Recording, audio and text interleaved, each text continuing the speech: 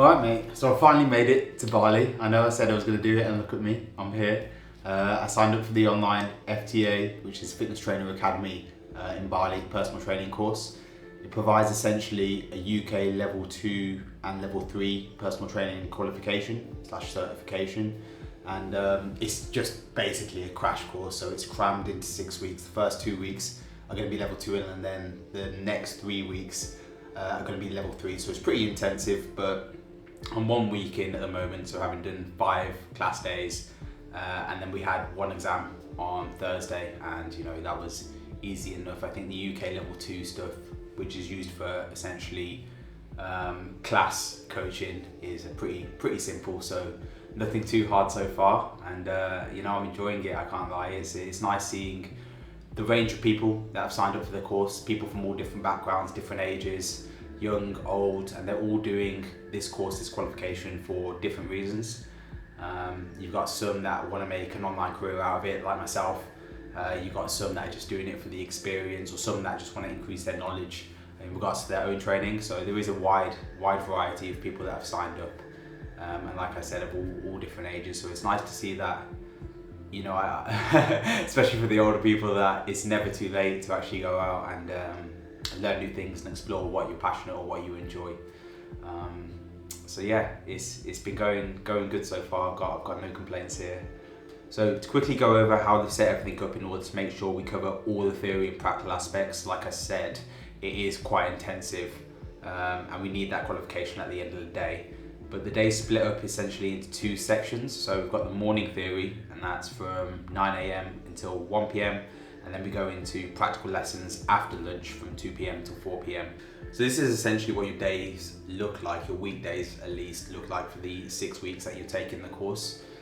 It is, like I said, pretty intense, and it's set up to be more of like a university or coaching, should I say classroom type of experience. So you're going in with your classmates doing the theory in the morning, and then you've got the practical sessions in the evening covered.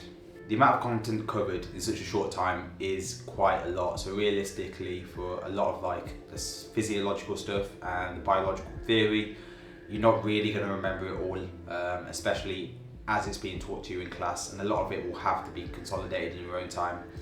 So luckily, the FDA, they provide all the resources that they teach throughout the class, so like all the presentations.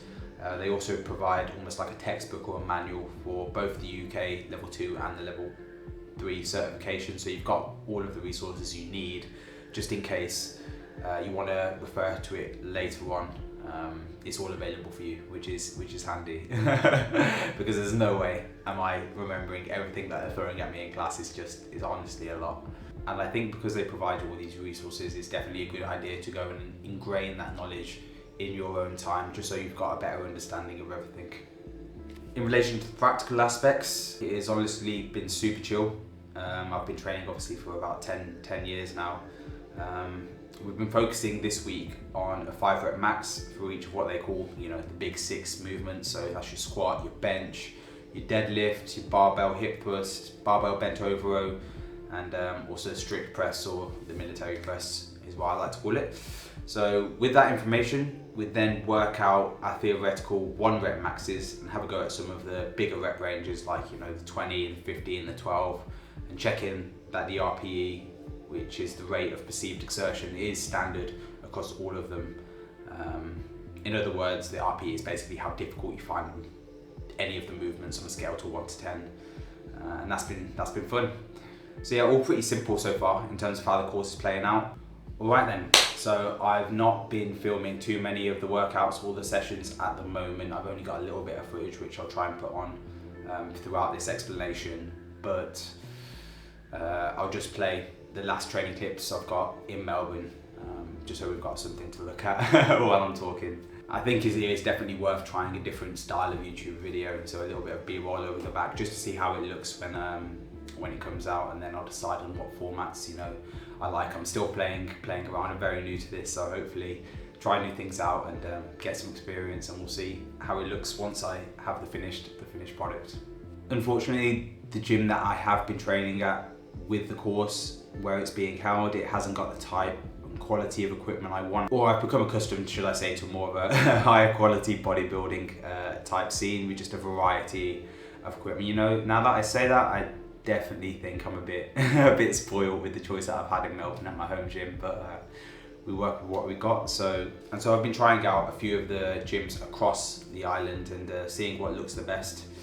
I've tried a 3-day pass at Obsidian, and honestly, I really enjoyed that. I thought it was really high quality equipment, thought it was really good vibe. The food there was actually top tier. So yeah, I definitely will be going back there after I've tried out a few of the other ones. But if you're in Bali, definitely check that one out. Honestly, everywhere in Bali has such high quality food, it is impossible for your diet to be shit here. Like literally nearly every place has all the macros of the meals noted on the menu. There's a variety of options designed to work towards where you're trying to put muscle on, if you're trying to lose body fat, if you want that muscle to be lean. Honestly, like there's just so many options. I'm really impressed with the fitness scene just in general out here. I can see why people from all over the world come and train and live here, and definitely start to try and improve their social media game and network as well. It's 100% a fitness hub. I have heard good things about Reload Sanctuary, so that will be one to try out next. Regardless, I'll have to think about what to do in terms of getting the training footage, because we can't be having a sick fitness channel with absolutely no workout content now, can we? I just can't let that go. So I will design a foolproof plan on what to do from here on. Just leave it with me, my friend. I will figure something out. Okay, so I think that's it for the first week. Like I said, I'm just settling in, getting to grips with how to get around, especially with the transport system here is fucking nuts, man. Everyone's on bikes. There's no way you could be a pedestrian walker. Zero health and safety regulations. So I just need to get my bearings, maybe get a couple of lessons on the scooter, and then, you know, we'll start doing some exploration and hopefully filming some fitness content for you guys. So thanks for watching. I'll catch you next time.